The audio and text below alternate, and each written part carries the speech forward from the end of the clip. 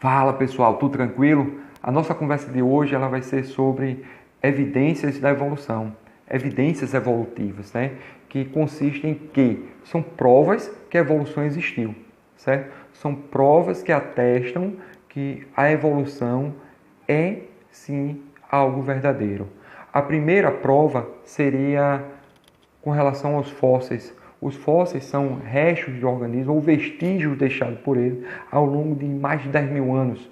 Então, um osso é um fóssil, uma pegada é um fóssil, fezes podem ser fósseis, certo? E esse registro ele serve para você comparar o que tinha no passado com o que tem hoje, estabelecer aí graus de parentesco entre os seres.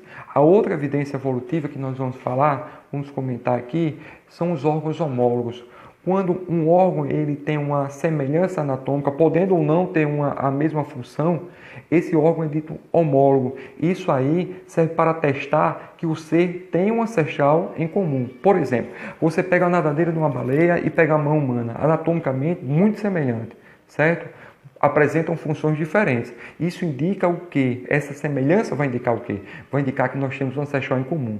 Diferentemente do que ocorre com os órgãos análogos. Os órgãos análogos são estruturas que apresentam a mesma função, mas não têm um ancestral em comum. É a asa da borboleta e a asa do morcego, por exemplo. A asa de um inseto com a asa do mamífero. A asa do inseto com a asa de uma ave, certo? A outra prova evolutiva que nós temos vai ser com relação ao órgão vestigial.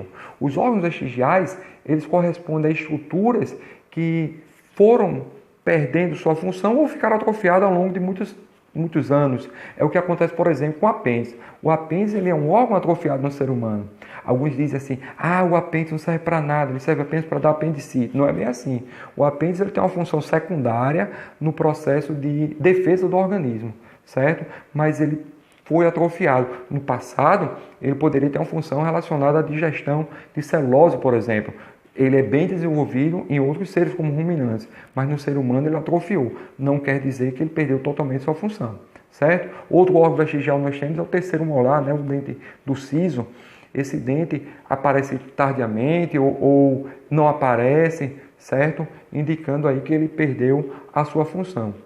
Alguns falam, não aparece porque o homem passou a comer uma comida mais molinha, passou a cozinhar. Não é bem assim, certo? Alguma época da vida aí, um grupo sofreu aí mutação, originou seres sem um siso e isso aí durou até hoje, ninguém sabe ao certo como foi. A mandíbula diminuiu e aí não tem espaço para ele, pode ser também, certo? O outro órgão vestigial que nós podemos citar seria o cóccix, né? Um resquício de uma cauda que nós tivemos no passado. Também podemos falar de evidências da evolução, podemos falar em embriologia, podemos comparar os diferentes estágios embrionários dos seres, estabelecer uma comparação entre eles, um embrião do macaco, um embrião do homem, um embrião de um lagarto. No início, muito semelhante, depois essa semelhança vai diminuindo e fica um homem muito parecido com o embrião do macaco, certo? A outra evidência que nós podemos apontar como evidência evolutiva são as análises bioquímicas, onde eu posso comparar proteínas, posso comparar DNA. Comparando proteína, você percebe proteínas semelhantes em protozoários e em mamíferos, indicando alguma ligação entre esses seres lá no passado.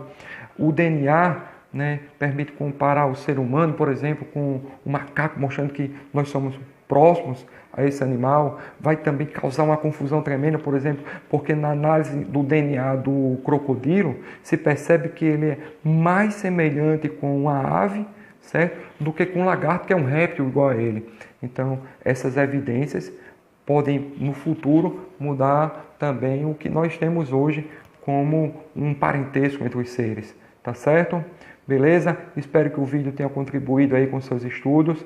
Dá um joinha lá e até o próximo vídeo.